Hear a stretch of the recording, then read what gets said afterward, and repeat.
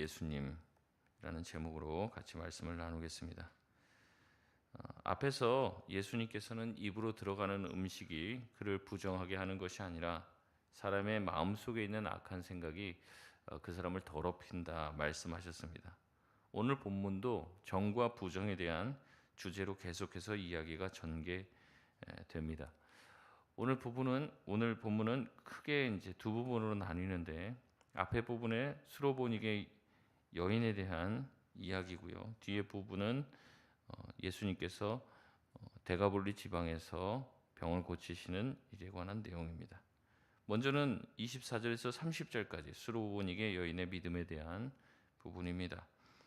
예수님은 유대인이 부정하게 여기시는 이방 땅으로 가시죠. 공생애 동안 예수님의 공식적 사역의 무대는 갈릴리 지역인 이스라엘 지역입니다. 그러기에 이방 땅으로 가는 것은 비공식적이고 예외적인 예수님의 사역입니다. 그래서 예수님께서는 24절 말씀에 보면 한 집에 아무도 모르게 들어가려 하십니다. 그렇게 들어가셨습니다. 그러나 예수님의 방문 소식은 많은 사람들에게 금방 퍼지고 말았죠. 이미 예수님에 관한 이야기는 갈릴리 지방을 넘어 근처 이방 땅까지 널리 퍼졌습니다. 예수님의 방문 소식은 많은 사람들의 관심을 끌었기에 사람들이 금방 모여든 것이죠. 모여든 사람 중에 한 여인이 있었습니다. 25절에 그 여자는 더러운 귀신 들린 딸을 두었다라고 얘기하며, 그 여인은 26절에 보면 헬라인이었고 수로보니게 여인 족속이었다라고 말을 하고 있습니다. 이게 한 사람에 대해서 굉장히 자세한 정보를 말하고 있는데, 그가 헬라인이고 수로보니게 족속이었다라고 이야기하는 것은 그 여자가 단순하게 이방인 이게 아니라 철저한 이방인이었다는 거예요.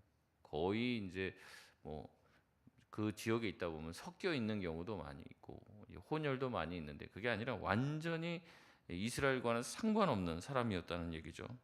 게다가 이 여인의 딸은 귀신이 들렸다고 얘기합니다. 유대인의 시각에서 이 여인을 보면요, 부정해도 이렇게 부정할 사람이 없어요. 그러니까 부정도 정도가 있잖아요. 조금 부정한 사람, 아주 심각한 부정 가운데 있는 사람이 있는데, 이 여인 같은 경우는 아주 심각한 정도의 부정에 속한 그런 여인이었습니다. 그렇기 때문에 유대인 남자인 예수님은 이 여자와 접촉해서는 안 되죠. 그럼에도 이 여자가 예수께 나와 엎드립니다. 그 이유는 예수님에 관한 소문을 들었기 때문에 그렇죠. 예수님이 병을 고치고 귀신을 내어쫓는다는 소문이 멀리 퍼졌을 겁니다. 만약에 이 소문이 사실이라면 이 여인은 예수만이 자신의 문제를 해결할 수 있는 유일한 분이실 것이다 라는 확신을 가진 거죠. 근데 때마침 이 예수님이 근처에 왔다는 소문을 듣게 되었습니다. 이 여인은 예수님 앞에 엎드려 자기 딸에게 귀신이 들렸으니 내어 쫓아달라 간구했죠. 아마도 급작스럽게 이 여인이 예수님 앞으로 나아갔을 것이고, 예수님의 이 대화의 내용을 보면 아마도 예수님은 이때가 식사 중이었던 것 같아요. 식사 중에 갑자기 뛰쳐나가고 예수님한테 엎드려갖고 고쳐달라고 얘기하는 거죠. 계속 타이밍을 노렸을 겁니다. 어떻게 하면 예수님한테 가까이 가서 자기의 청을 올릴까 생각했죠. 이 여인의 돌발 행동에 모두 예수님의 입을 주목하게 되었습니다. 그러자 예수님께서 말씀을 하시는데요, 이 말씀에 대해서 어떤 사람들은 복음서에서 가장 잔인한 말을 하셨다, 예수님께서 정말 할 수 없을 만한 평소와는 다른 아주 직설적이고 가혹한 말씀을 하셨다라고 이야기합니다. 우리 27절 말씀인데요, 같이 한번 읽겠습니다. 시작. 예수께서 이르시되 자녀로 먼저 배불리 먹게 할지니 자녀의 떡을 취하여 개들에게 던짐이 마땅치 아니하니라. 아멘. 아마 식사 중이었기 때문에 이런 이야기를 했던 것 같습니다. 예수님은 자녀로 먼저 배불리 먹게 하고 자녀의 떡을 개들에게 던짐이 옳지 않다라고 얘기했습니다. 여러분, 이 이야기는 수수께끼 같은 이야기처럼 들릴 수 있지만 때로 딱 보면 금방 무슨 내용인지 알 수 있는 거죠. 자녀와 개가 대조가 되어 있습니다. 자녀에게는 떡을 줌이 마땅하지만 개한테는 떡을 주는 것이 마땅하지 않다고 이야기하고 있죠. 유대인과 이방인을 대조하여 말씀하고 계시는 겁니다. 자녀에게 떡을 준다는 얘기는 아마 이 유대인에게 메시아가 가지고 올 은혜, 복, 구원 등을 이야기하고 있는 것이죠. 예수님의 말씀의 핵심은 내가 이스라엘을 위해서 왔고 이스라엘 백성들을 구원하기 위해서 왔다. 그것이 이스라엘에게 있는 우선권이라고 이야기하는 거죠. 이스라엘이 받을 특권을 이방인에게 굳이 나눠주는 것이 합당하지 않다는 말씀을 하고 계시는 겁니다. 여러분, 그러나 이 가혹한 말씀을 들은 이 여인은 주저하거나 절망하거나 낙심하지 않아요. 이 여인은 딱 예수님의 말씀을 듣자마자 28절에 이렇게 말합니다. 우리 28절 말씀 같이 한번 읽겠습니다. 시작. 여자가 대답하여 이르되 주여 올소이다마는 상 아래 개들도 아이들이 먹던 부스러기를 먹나이다. 아멘. 이 이방인 여자는 예수님의 말씀을 듣고 단번에 그 이야기가 무슨 내용인지 알아듣습니다. 소위 말하면 말씀을 깨달은 거죠. 예수님 지근거리에 있는 사람들은 예수님의 말씀을 들어도 깨닫습니까? 못 깨닫습니까? 못 깨달아요. 근데 이방인 여인은 예수님의 말씀을 풀어주지 않아도 알아듣습니다. 바로 그 말씀을 응수하는 거예요. 식사 자리에 있으니까 이제 그러겠죠. 예. 자녀들에게 떡 주는 거 맞습니다. 예수님의 말을 맞받아칩니다. 예수님이 말씀하신 게 틀린 말씀 하나도 없다는 거죠. 그런데 개들도, 내가 개라면 개들도 그 밥상에서 떨어지는 부스러기는 먹을 수 있지 않냐. 이 여인은 그렇게 얘기하는 거죠. 예수님, 당신 메시아가 이 유대인들을 위해서 이 땅에 오신 것 제가 잘 알겠습니다. 그리고 그들에게 그 메시아께서 주시는 은혜와 복이 돌아간다는 것 저는 다 그거 알겠습니다. 이 여인은 이스라엘에게 주어질 목을 요구하지 않아요. 개들에게도 떡을 주지는 않지만 밥상에서 떨어지는 부스러기가 허락된다면 이방인인 자기에게도 그 이스라엘 백성이 주는 것과 같은 똑같은 은혜와 복은 아닐지라도 그렇게 이스라엘에게 주어지고 남는 부스러기 정도의 은혜와 어떤 은혜의 파편이라도 나한테 닿을 수만 있다면 그거는 개들에게도 허락된 것 아닙니까? 라고 예수님에게 요청을 하는 거죠. 자기는 무슨 정식으로 뭐 이런 어떤 은혜와 복 그걸 다 받아 누리겠다 그 말씀하는 게 아니라 예수님께서 이스라엘 백성을 위해서 온 것 자기 다 압니다. 하지만 이방인인 나라도 개 같은 나라도 거기서 떨어지는 부스러기라도 받을 수 있는 권리가 나한테 있다는 걸 압니다라고 얘기를 하는 거죠. 자신의 위치와 자신의 사정을 정확하게 이 여인은 이해를 합니다. 예수님의 말씀을 깨닫습니다.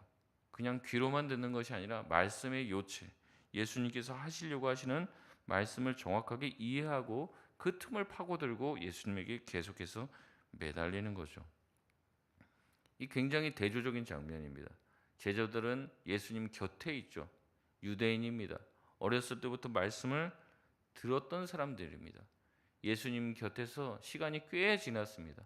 수많은 체험도 했고 오병이어의 기적들도 맛보지만 이 사람들은 예수님에 관한 말씀은 이해하지 못합니다. 깨닫지 못하는 거죠. 그러나 이방인인 이 여인은 예수님에 관한 소문만 들었을 뿐입니다. 하지만 그럼에도 이 여자는 예수님의 말씀의 요체를 금방 꿰뚫어 봅니다. 예수님은 비유로 하시면 항상 제자들은 나중에 뒤에 가서 딴소리 하죠. 근데 아까 그거 무슨 말씀이십니까? 예수님은 분노하시며 아직도 깨닫지 못하느냐라고 호통을 칩니다. 그러나 이 여인에게는 풀이가 필요 없어요. 듣고 무슨 말인지 알아듣습니다. 그리고 그 이상으로 예수님의 말씀을 근거로 자신의 요청사항을 알립니다. 지혜롭고 이방인이고 뭔가 떨어져 있는 존재지만 그럼에도 불구하고 예수님의 말씀이 무엇인지 알아듣고 그 요청을 가지고 주님 앞에 나아갑니다. 먼저 된 자가 나중되고 나중된 자가 먼저 된다는 말씀이 이루어지는 것이죠. 그리고 대조적입니다. 예수님은 유대 땅에서 계속 배척을 받으시죠. 고향 땅에 가서도 사람들이 떠나라고 얘기하고 미친 사람 취급을 합니다. 그러나 이방 땅에서는 예수님의 말씀을 깨닫는 자도 나오고 예수님을 만나고자 하는 자들도 계속해서 등장합니다. 예수님은 자기의 고향에서는 아무도 고칠 수 없었고 예수님의 능력을 행할 수 없었다고 얘기하지만 여기서는 더 많은 능력을 행합니다. 예수님은 이 여인의 말에 주목합니다. 29절 말씀에 예수께서 이르시되 이 말을 하였으니 돌아가라. 그리고 귀신이 딸에게서 나갔다고 이야기합니다. 이 여인은 30절에 예수님의 말씀을 듣고 즉시 집으로 돌아갑니다. 예수님의 말씀을 믿은 것이죠. 결국에 이 여인의 믿음과 지혜가 그 여인의 딸을 고칠 수 있었습니다. 30절 말씀에 여자가 집에 돌아와 본즉 아이가 침상에 누웠고 귀신이 나갔다고 얘기하는 거죠. 구속사적 관점에서 보면요, 로마서에도 말하지만 이스라엘은 구원의 우선권을 가지고 있는 민족이 맞습니다. 그것은 분명하죠. 그러나 그들은 예수님께서 가지고 오신 떡을 거부하죠. 그래서 그 떡 받을 권리가 없었던 이방인들에게 떡이 돌아갑니다. 그리고 그들은 이 복음을 환영하고 배불리 복음과 같이 은혜를 누리게 되는 것이죠. 마가는 이미 자기 안에 있는 마가 공동체에게 이 마가복음의 편지를 보내면서 이미 그 안에 이제 이방인들도 많이 섞여 있을 것이에요. 근데 예수님 자체가 예전부터 유대인과 이방인에게 이렇게 복음을 전했다는 것을 이야기하는 겁니다. 그리고 이 마가 공동체 안에 있는 유대인들에게도 얘기하는 거죠. 너에게 먼저 복음이 주어졌지만 너희가 받지 않아 이방인에게 이 복음이 넘어가고, 그래서 이방인들이 복음을 받아들이고 예수님께로 돌아오는 그 모습을 보고 너희도 다시 주님께 돌아오지 않았느냐 얘기하는 것이죠. 마가는 예수님의 어떤 제자로서 예수님의 12사도에 들어간 사람은 아닙니다. 아마 많은 학자들이 추정하기에 마가는 베드로에게 예수님에 관한 가르침을 받았을 것으로 추정을 하고 있습니다. 마가는 예수님께서 어떤 행적을 하셨는지를 듣고 그리고 그 말씀이 마가 공동체 가운데 어떠한 필요가 있는지를 생각하고 오늘 이 본문을 기록하며 이미 예수님께서는 이방인을 염두하고 사역하셨음을 그들에게 알려주고 싶었던 것이죠. 두 번째 부분은 31절에서 37절로 데가볼리 지역에서 사람을 고치는 내용입니다. 예수님은 계속해서 데가볼리 지방을 통과하여 갈릴리 호수 북편으로 나아가십니다. 32절에 사람들이 귀먹고 말더듬는 자를 데리고 예수님의 안수를 요청하죠. 많은 사람들이 질문합니다. 왜 하필 귀먹고 말더듬는 사람일까? 이것 또한 예수님께서 메시아적 사역을 하고 계시며 이것이 이사야 예언의 성취임을 나타내기 위해서 그랬다고 말합니다. 이사야 35장 5절에서 6절에 이렇게 메시아가 오시면 하실 일에 대해 예언하고 있습니다. 이사야 35장 5절에서 6절에 그때 맹인의 눈이 밝을 것이며 못 듣는 사람의 귀가 열릴 것이며 그때에 저는 자는 사슴같이 뛸 것이며 말 못하는 자의 혀는 노래하리니 이는 광야에서 물이 솟겠고 사막에서 시내가 흐를 것임이라. 아멘. 메시아는 유대인만을 구원하기 위해 오시지는 않았습니다. 메시아의 구원은 이방인에게도 베풀어지고 병든 자들, 귀먹은 자들, 또 말 못하는 자들의 모든 것이 열리게 될 것이라고 얘기하는 것이죠. 특이한 점은 예수님의 치유 행위가 보통 때와는 다르다는 겁니다. 대부분은 말씀으로 치료하지만 오늘은 어떠한 퍼포먼스가 보입니다. 33절에서 34절 말씀 우리 한번 같이 읽겠습니다. 시작. 예수께서 그 사람을 따로 데리고 무리를 떠나사 손가락을 그의 양귀에 넣고 침을 뱉어 그의 혀에 손을 대시며 하늘을 우러러 탄식하시며 그에게 이르시되 에바다 하시니 이는 열리라는 뜻이라. 아멘. 예수님은 33절에 먼저 그 사람을 무리와 따로 분리를 시키십니다. 그리고 한적한 곳, 사람들과 접촉이 없는 곳으로 데리고 가 은밀히 치유하십니다. 예수님은 이 모든 사역을 은밀하게 진행하시죠. 오늘 본문 24절 처음에 수로보니게 여인을 만날 때도 마찬가지입니다. 갈릴리에서 건너오셔서 두로 지방의 한 집에 조용히 아무도 모르게 들어가십니다.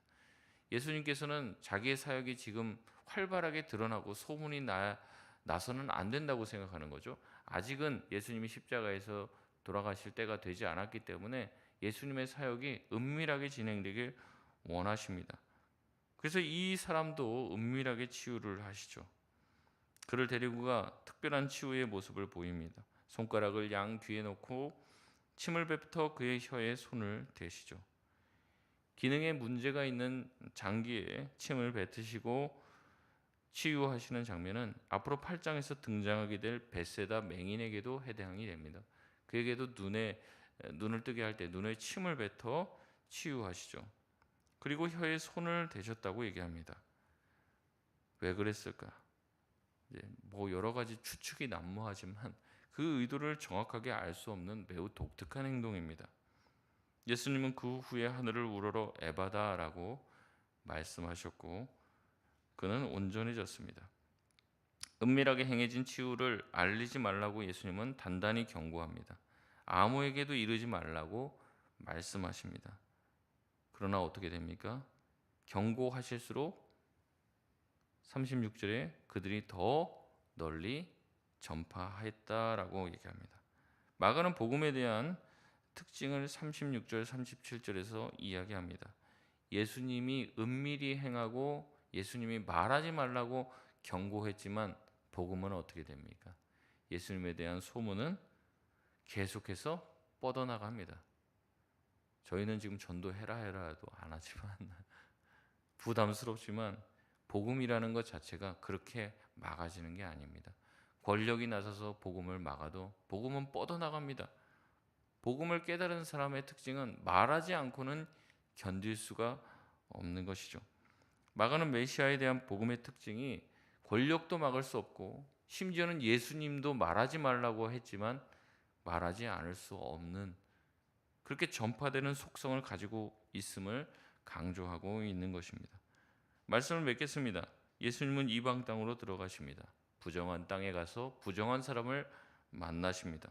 그러나 어느 누구도 예수님을 부정하게 만들지 못합니다. 오히려 예수님을 만나 그들은 정케되고 나음을 받고 온전하게 됩니다. 예수님은 이스라엘 땅을 고치고 그 땅에 있는 이스라엘 사람들을 새롭게 하기 위해서 오셨지만 비공식적으로 이방 땅도 누비시며 그 땅을 정화하시는 일 또한 하십니다. 예수님은 과연 이스라엘 백성만을 위한 메시아가 아니라 온 세상을 위한 메시아가 되십니다. 이런 예수님의 소문은 막을래야 막을 수가 없죠. 그래서 바다를 건너 먼 사막과 육지와 험로를 거쳐 저와 여러분에게도 닿은 줄 믿습니다. 누구든지 예수님께 나오면 예수님에 대한 소문을 듣고 예수님께 나오면 고침받는 줄 믿습니다. 어떠한 죄인이라도 어떠한 문제와 어떠한 해결할 수 없는 고통 가운데 있는 자라도 예수께 나오면 고침을 받습니다. 오늘도 우리가 문제를 가지고 나온 줄 압니다. 여러분의 마음의 상처와 풀리지 않는 모든 문제들 주님께 나와서 고침받을 수 있길 바랍니다. 주님의 옷깃이라도 만지면 나올 수 있다라는 그 믿음이 저와 여러분을 새롭게 하여 주실 줄 믿습니다. 우리 이 시간 같이 합심해서 기도하겠습니다. 주님이 우리를